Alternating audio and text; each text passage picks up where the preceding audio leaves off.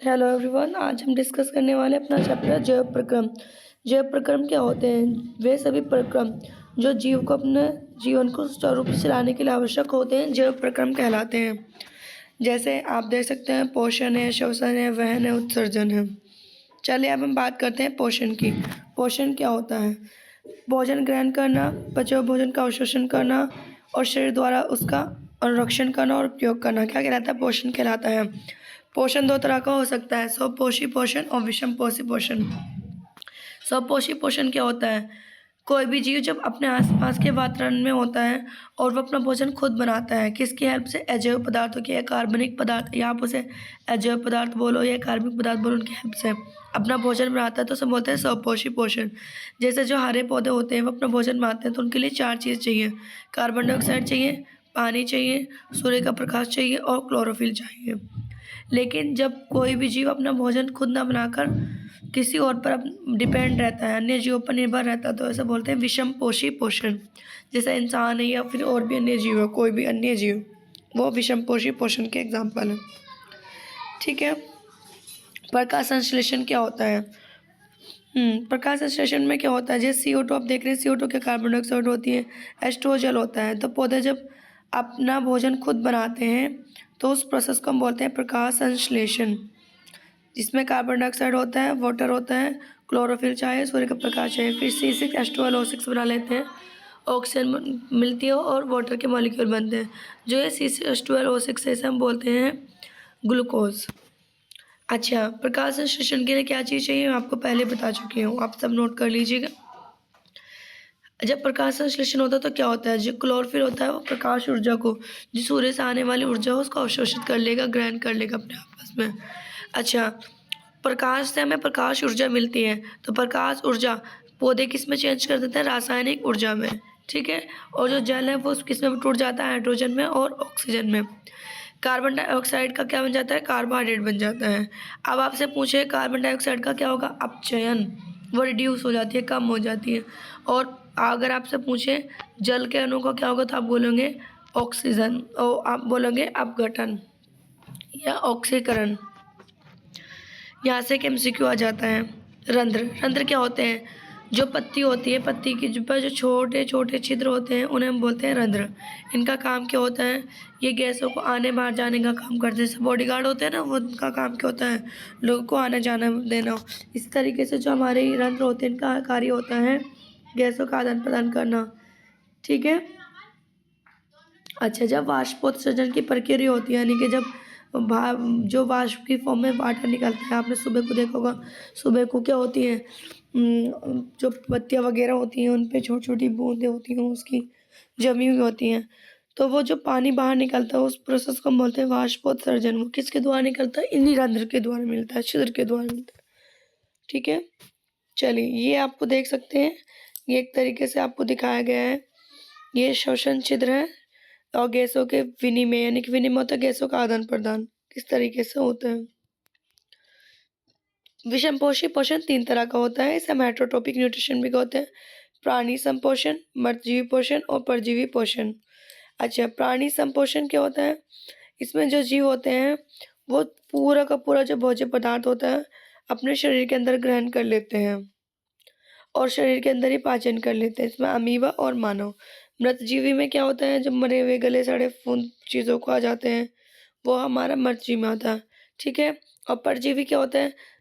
जो कुछ तरह के लोग होते हैं जो अपने फ़ायदे के लिए दूसरों पर डिपेंड रहते हैं, तो उनको उनसे उन लोगों को जिन पे वो डिपेंड रहते हैं उनको तो नुकसान होता है और खुद को फ़ायदा होता है। तो ऐसी चीज़ों को जो अब किसी के शरीर पे अंदर रहती है, बाहर रहती है, तो उसे बोलते हैं पैरासाइट। जैसे हमारे शरीर में क्या होती है? ये होती है जूं होती है ना, जूं।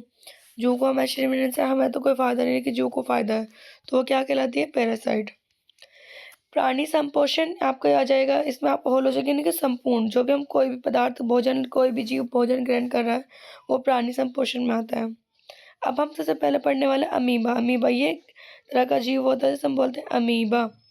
इसके अंदर एक गोला गोला सा होता है, इसे बोलते हैं केंद्रक। जैसे इसके पास कोई भी खाने का कण आता है तो इस तरह की स्ट्रक्चर बनानी शुरू कर देता है, इस तरह की। इसके पादाब यानी कि पैर या कूटपाद बोलते हैं ना, इसका मतलब है पैर। तो ये बना लिया, फिर इसने ये बंद धीरे धीरे से बंद करेगा, तो इसे बोलेंगे हम खाद रिक्तिका। और खाना उसके अंदर चला जाएगा। खाना उसके अंदर चला जाएगा तो ये पाचन अवशोषण कर लेगा उस चीज़ को। क्लियर सब बच्चों को इतना? चलिए, तो सबसे पहले अमीबा क्या होता है? अपने जो पादाप है, देखो ये पादाप दिखाई दे रहे हैं इसके, उसकी सहायता से भोजन को घेर लिया, फिर खाद्य रिक्तिका बना ली। जो आप उसने भोजन लिया वो जटिल फॉर्म में था, किसमें हो गया? फिर सरल फॉर्म में हो गया। अच्छा, और जो बाकी का अपच भोजन है वो शरीर से बाहर निकाल दिया जाता है। इस तरीके से एक जीव होता है पैरामीशियम। इसमें क्या होता है? इसमें से क्वेश्चन आ जाएगा, इसके पादाप बोलते हैं, कूटपाद बोलते हैं, जो रिक्तिका बनाता है। इसको बोलते हैं पक्षियाम, ठीक है? और भोजन एक विशिष्ट स्थान से ग्रहण किया जाता है। अब मनुष्य की बात करते हैं। ये मैं आपको अच्छे तरीके से करा चुकी हूँ। मनुष्य में पोषण जब भोजन ग्रहण करते हैं अंतर्ग्रहण, फिर पचता है पाचन, अवशोषण, स्वांगीकरण और बहिक्षेपण। ये मैं आपको बहुत अच्छे तरीके से पढ़ा चुकी हूँ। चलिए फिर भी मैं आपको रिवाइज करा देती हूँ। आहार नाल क्या होती है? हमारे मुंह से लेकर हमारे प्राइवेट पार्ट तक एक लंबी नली होती है जिसे हम बोलते हैं आहार नाल। तो इसमें आगे मुंह के अंदर क्या होता है? भोजन का अंतर्ग्रहण, भोजन लिया जाता है। फिर मुंह के अंदर क्या होता है? दांत होते हैं, दांतों से भोजन को चबाते हैं। फिर जीभ होती है, जीभ से भोजन को लार के साथ पूरी तरह मिलाते हैं। फिर लार के अंदर हमारी जो जीभ होती है, जीभ में यानी कि मुंह के अंदर जो लिक्विड लिक्विड सा पाया जाता है, कहते हैं ना वो होते तो लार टपक रही है बहन, वो लार लार किस लिए टपकती है? लार ग्रंथि की वजह से, ठीक है, क्योंकि उसमें लार रस पाया जाता है। फिर बात करते हैं भोजन गर्सिका की, जो आपके ये नली स्टार्ट हो जाती है आपके गले से, मुंह से लेकर आमाशय तक। भोजन जो है ग्रिसिका की हेल्प से आता है। आपको कौन जैसे हम चलते हैं, कौन सी मोशन में चलते हैं, इस तरीके से जो भोजन को खींचने वाली गति होती है इसे बोलते हैं कर्माकुंचक गति या पेरिस्टाल्टिक मूवमेंट। ये मैं आपको बहुत अच्छे तरीके से क्लियर कर चुकी हूँ। फिर बच्चों देखो इधर, ये यहाँ से खरा यहाँ से हो गया, ये हमारी ग्रेसिका हो गई, ये आपको दिखाई दे रहा है, ये लीवर है, ये हमारा आमाशय है। अब भोजन किस में पहुंचा? आमाशय के अंदर। आमाशय में मैंने आपको बताया था अलग अलग तरह की ग्रंथियाँ होती हैं। अलग जठर ग्रंथियों से 3 तरह के निकलते हैं, पेप्सिन, हाइड्रोक्लोरिक अम्ल और श्लेष्मा। पेप्सिन मैंने आपको बताया था, पेप्सिन क्या होता है? ये प्रोटीन का पाचन करेगा, ठीक है, प्रोटीन को पिटाई लगाएगा। और हाइड्रोक्लोरिक अम्ल क्या करेगा? ये हमारे भोजन को अम्लीय माध्यम बना देगा। और श्लेष्मा, श्लेष्मा यानी कि जो चिकनापन होता है, ये एसिड, ज़्यादा एसिड से रक्षा करता है। क्षुद्रांत का मतलब होता है छोटी आंत। देखो अब आप देख लीजिए, ये आपकी छोटी आंतें हैं।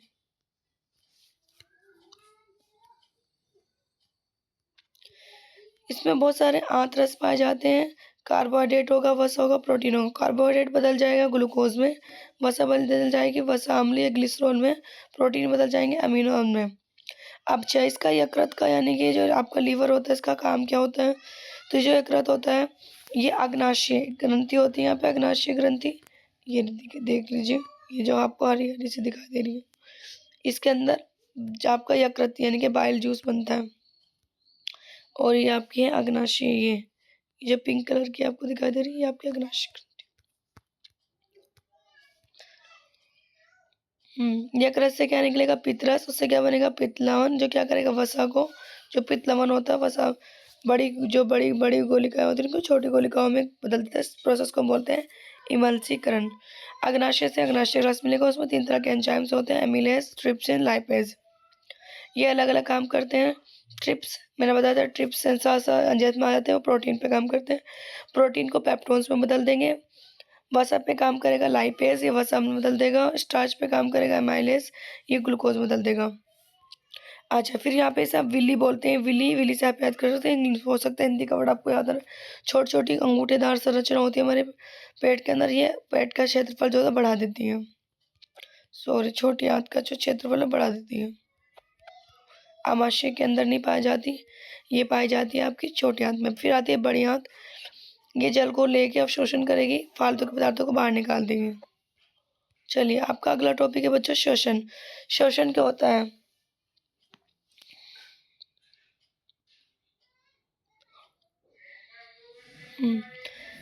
जितने भी जीवित प्राणी होते हैं सबको जरूरत है ऊर्जा की। ऊर्जा के लिए कोशिकाओं में भोजन का बंटवारा होना चाहिए। और वो किस तरीके से होगा? श्वसन के द्वारा होगा। कौन से श्वसन से? कोशिकीय श्वसन से। किस तरीके से होता है अब हम देखते हैं। C6H12O6 से हमारा ग्लूकोज होता है, जब ये कोशिका द्रव्य में होता है तो 3 कार्बन से क्या बनाते हैं? पायरुवेट, और ऊर्जा निकलती है। अब ये 3 तरीके से हो सकता है। अगर ऑक्सीजन की अनुपस्थिति है तो इथेनॉल बनेगा, कार्बन डाइऑक्साइड बनेगा। और ऊर्जा निकलेगी। जो हम करते हैं यीस्ट में किण्वन के लिए किया जाता है।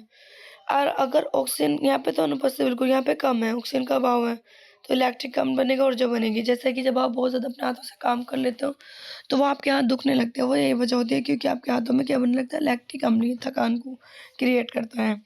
और अगर ऑक्सीजन है तो बच्चों कार्बन डाइऑक्साइड बनेगा, जल बनेगा, ऊर्जा बनेगी। और ये प्रोसीजर कहाँ पर होता है, माइटोकॉन्ड्रिया के अंदर होता है। श्वसन दो तरह का होता है, वायवीय श्वसन है, वायवीय जिसमें ऑक्सीजन के जरूरी है वो वायवीय, जिसमें जरूरी नहीं है वो अवायवीय। अच्छा, अगर वायवीय की बात करेंगे तो इसमें उपचयन हो जाएगा। अपनी बचा अपने ही उपचयन, उपचयन मतलब ये आपको तो ऑक्सीकरण, ठीक है। इसमें कार्बन डाइऑक्साइड, पानी और एनर्जी बनती है। और इसमें जस्ट अपोजिट होता है, इसमें एथेनॉल बनता है, लैक्टिक अम्ल बनता है, कार्बन डाइऑक्साइड और जल।